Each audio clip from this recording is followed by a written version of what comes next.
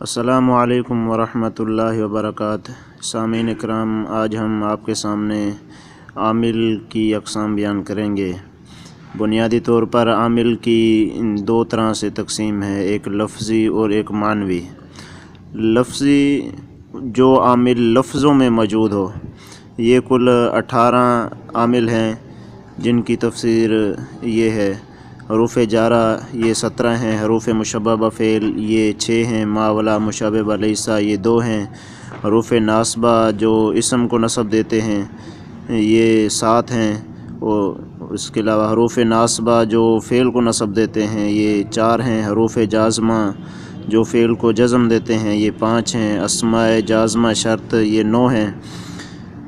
اس کے علاوہ اسماء ناصبہ یہ 4 ہیں، اسماء افعال یہ 9 ہیں، اسماء عاملہ مشببہ فعل مضاف اسم تام وغیرہ یہ 7 ہیں، اسماء افعال ناقصہ یہ 13 ہیں، افعال مقاربہ یہ 4 ہیں، افعال مدح و ذم یہ 4 ہیں، افعال قلوب یہ 7 ہیں۔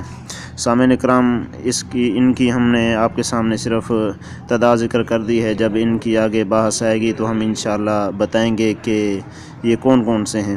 اس کے بعد معنوی عوامل جو لفظوں میں موجود نہ ہوں، یعنی عامل لفظی نہ ہو تو عامل لفظی کا موجود نہ ہونا ہی عامل معنوی قرار پاتا ہے۔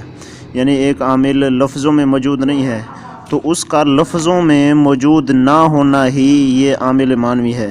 جس طرح کہ مبتدا مرفوع ہوتا ہے تو عامل لفظی نہ ہونے کی وجہ سے اس کا عامل معنوی ہوتا ہے، اسی طرح فعل مضارع مرفوع ہوتا ہے، اس کا عامل بھی معنوی ہوتا ہے، یعنی پیچھے کوئی عمل دینے والا نہیں ہوتا تو پیچھے عمل دینے والا نہ ہونا ہی یہ معنوی عوامل ہے۔ اس کے بعد معمول ہے۔ معمول وہ اسم یا فعل جس پر عامل کے داخل ہونے سے رفع، نصب، جر یا جزم ہے۔ یہاں پر تھوڑا غور کیجئے گا کہ معمول یہ مفعول ان کے وزن پر ہے، اور مفعول کی تعریف یہ کی جاتی ہے کہ جس پر کام واقع ہو، تو اسی لفظی طور پر اور لغوی طور پر بھی آپ سمجھ سکتے ہیں کہ جس پر عامل داخل ہو، یعنی جس پر داخل ہوگا تو ہم اس کو معمول کہیں گے، جس پر رفع ہو اسے مرفوع کہیں گے، جس پر نصب ہو اسے منصوب کہیں گے، جس پر جر ہو اسے مجرور کہیں گے، اور جس پر جزم ہو اسے مجزوم کہیں گے۔ یہاں پر مرفوع، منصوب، مجرور اور مجزوم یہ سارے مفعول ان کے وزن پر ہیں، یعنی ان پر رفع آئے گا۔ تو جس پر کام واقع ہو اس کو مفعول کہتے ہیں، تو جو بھی مفعول ان کے وزن پر ہوگا اس پر یعنی کام کیا جائے گا۔ تو جس حرف پر رفع ہوگی اس کو ہم مرفوع کہیں گے، جس پر جزم ہوگی اس کو مجزوم، جس پر جر ہوگی اس کو مجرور، جس پر نصب ہوگی اس کو منصوب کہیں گے۔ اس کے بعد معمول کی 2 قسمیں ہیں، ایک تو اصلی ہے، ایک طبعی ہے۔ اصلی وہ ہے جس پر عامل کا اثر بلا واسطہ ہو، یعنی بغیر کسی واسطے کے عامل عمل کر رہا ہو تو اس کو ہم اصلی عامل کہیں گے، جیسے فاعل ہوتا ہے، مفعول ہوتا ہے، یا ان کے اوپر فعل عمل کرتا ہے اور بغیر کسی واسطے کے کرتا ہے۔